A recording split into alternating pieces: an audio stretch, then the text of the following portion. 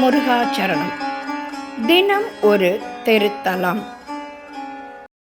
திருப்பூர் மாவட்டத்தில் இன்று நாம் காண இருக்கும் கோயில் சென்னிமலைப்பாளையம் முருகன் கோயில். இந்த சென்னிமலைப்பாளையம் முருகன் கோயில் பழனி ஆண்டவர் கோயில் என்றும் அழைக்கப்படுகிறது.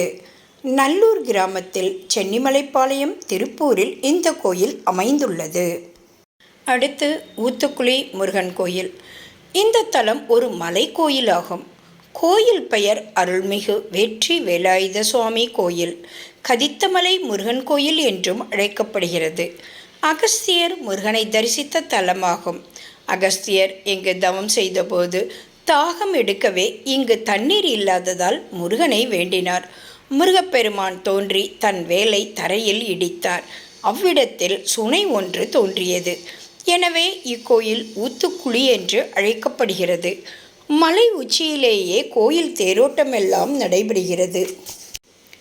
இந்த முருகன் கோயில் கதித்தமலை ரோடு, ஊத்துக்குளி டவுன் என்ற இடத்தில் அமைந்திருக்கிறது. அடுத்து நாம் காண இருக்கும் கோயில் வட்டமலை ஆண்டவர் கோயில். இக்கோயில் அருணகிரிநாதரால் பாடப்பட்ட தலமாகும். 1300 வருட பழமையான கோயில். 100 படிகள் ஏறினால் மூலவரை தரிசிக்கலாம். மூலவர் முத்துக்குமார சுவாமி என்று அழைக்கப்படுகிறார். இக்கோயில் கட்டடம் மிகவும் அற்புதமாக உள்ளது.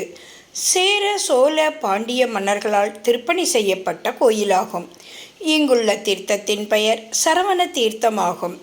இத்தீர்த்தம் இடி மற்றும் மின்னனால் உருவாக்கப்பட்டதாக கூறப்படுகிறது.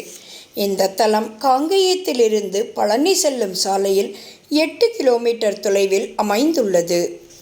இந்த வட்டமலை முருகன் கோயில் திருப்பூரிலிருந்து 37.6 கிலோமீட்டர் தொலைவில் அமைந்துள்ளது.